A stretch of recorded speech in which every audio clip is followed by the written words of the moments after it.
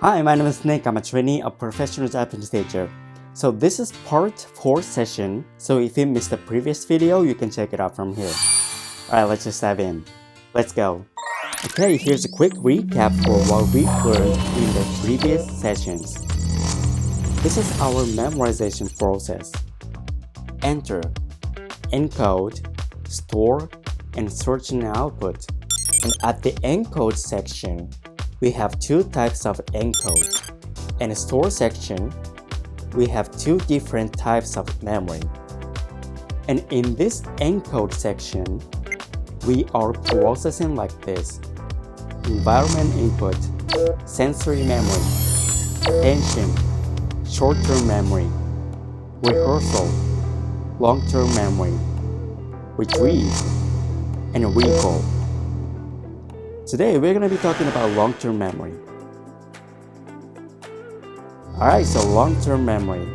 We have two kinds of long-term memory: explicit memory or declarative memory, and procedural memory or non-declarative memory.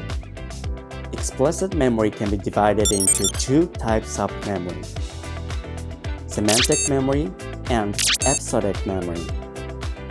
Semantic memory. In this semantic memory, we store this information: meaning of words and general knowledges. And episodic memory. This is so-called memories in general, our past personal experience. And procedural memory. This is so-called muscle memory in general, your kinesthetic memory or your skills. And from now, I'm going to share how people can acquire a foreign language. Let's look at the picture right here. Explicit memory is knowing what. Procedural memory is knowing how. In this explicit memory, meaning of words or knowledges, which is words and grammar. In episodic memory, it comes with context, like I went to a grocery store. Procedural memory, synthesis, automation. It's like at the grocery store, the products that you recommended me were sold like a mountain. You have to create sentences to explain something, and you have to tell them by using context to explain a whole story of what you sell in the grocery store. By the way, we call script about the context flow of the storytelling in linguistics. And you might have heard this phrase: you can't drive a car if you don't know how to drive, or riding a bike. Everybody's saying this phrase, and this is what they're saying. So, when it comes to the language acquisition, you have to procedure your explicit memory to procedural memory. In a nutshell, you have to be able to explain what and how. For example, there's the word happy. If you can explain what happy is and how you feel happy in your target language, now you can say you acquired the word. And even in your native language, you can't do that in every single word. It's like, hey, how do you pronounce this word? It's apple. How do you pronounce a sound?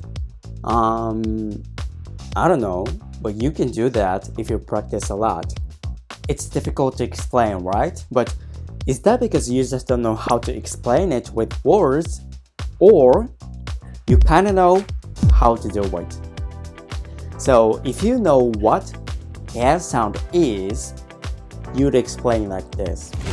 A is one of the vowel sound, and you create the sound by opening your mouth big and tongue is tensioned down, and make sure your tip of your tongue is touching your bottom teeth. Then make the tongue wide. Here's what happened. the right side neck, he explained what the air sound very detailed. And this is called explicit knowledge or scheme. And on the other hand, left side poor neck couldn't explain what the air sound. This is called tacit knowledge. Explicit knowledge means you can explain the detail, so you know the thing very well. Tacit knowledge is you kind of know the thing, but you can't write it down or verbalize it because you just know the thing unconsciously or kinesthetically. This is so-called instinct or hidden ability that you don't realize yet. So, if your explicit memory holds explicit knowledges, it'll be like the foreign language grammar rules that you learned at school, or why Japanese language have 2 alphabets and kanji. And tacit knowledges in explicit memory is like the grammar rules of your native language, or naturally acquired foreign language words or phrases. Explicit knowledges in procedural memory, pronunciation that you learned at school, so you can explain how to pronounce by words like I did. Did you learn how to pronounce your native language at school? Let me know in the comments. In Japan, nobody teaches us. And tacit knowledges in procedural memory. It'd be like pronunciation in your native language if you didn't learn. Or natural acquired foreign language pronunciation. For me, I acquired air sound naturally. So I watched a YouTube video on how to explain it, and now it's becoming my explicit knowledge.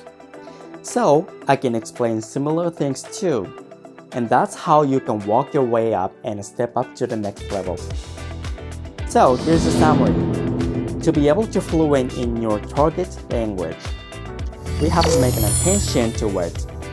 Associate that to your experience or anything you like to remember with. Keep practice, or you feel or experience the meaning of the word physically or kinesthetically. Then you can explain something similar thing by using the sentences or context that you build a conversation. And you do that many times, then eventually you can do that automatically. This is the progress of the language acquisition. Alright, now here's the question of the day. What is your aha moment on these sessions? Let me know in the comments below. Thanks for watching, and I will see you in the next video. ありがとう。